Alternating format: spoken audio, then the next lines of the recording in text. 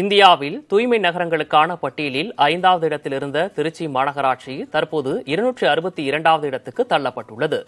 சுகாதாரத்தில் திருச்சி ஒரேடியாக பின்னோக்கி செல்ல என்ன காரணம் பார்க்கலாம். மத்திய அரசு கடந்த 2016ஆம் ஆண்டு வெளியிட்ட இந்தியாவின் தூய்மை நகரங்களுக்கான தரவரிசை பட்டியலில் 5வது இடத்தை பிடித்திருந்த திருச்சி மாநகராட்சி தற்போதைய பட்டியலில் 262வது இடத்திற்கு பின் தள்ளப்பட்டதற்கான சாட்சியாக உள்ளன இந்த காட்சிகள்.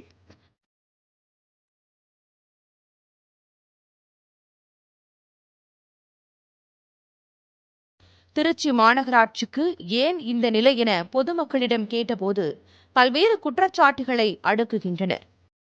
நீங்க காலையில குப்பை வாங்குறீங்க, பகல் ஃபுல்லா நாங்க எங்க போடுவோம்? இப்போ ஒரு காய் எரியுது, கத்திரிக்காய் எரியுது, வெங்காயம் எரியுது, எல்லாத்தையும் மூட்டையா சேர்த்து வச்சுப்போமா? அது எங்க வீட்டுக்குள்ள சுகாதார கேடு இல்லையா? அது கொசு வராதா? அதுல எறும்பு வராதா? அப்படிங்கும்போது அதை கொண்டு நாங்க வெளியே தான் ஸ்டோர் பண்ண பார்ப்போம். இப்போ என்ன பண்ணுவாங்க, இப்போ சர்வெண்ட் வச்சிருக்கோம்னு வச்சுங்களேன், அதை மூட்டையா கட்டி அப்படி போற வழியில ரோட்ல தூக்கி போட்டு போயிடுறாங்க. போதிய ஊழியர்கள் இல்லைன்னா இந்த ஊழியர்களை பணி அமர்த்தணும். எத்தனையோ பேர் வேலை இல்லாமல் இருக்கிறாங்க, பணி அமர்த்த மாட்டேன்றாங்க.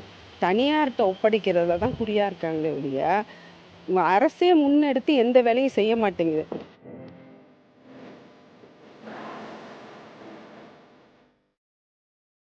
இது தொடர்பாக திருச்சி மாநகராட்சி ஆணையர் வைத்தியநாதனிடம் கேட்டபோது பாதாள கழிவுநீர் தொட்டி, மழைநீர் வடிகால், குடிநீர் குழாய் இணைப்பு போன்ற பணிகளால் மக்களுக்கு இடையூறுகள் இருப்பதால் தூய்மை நகரங்களுக்கான மக்களின் பின்னூட்டங்களில் பலர் சுகாதாரம் இல்லை என்ற கருத்தை பதிவு செய்வதாக கூறினார்.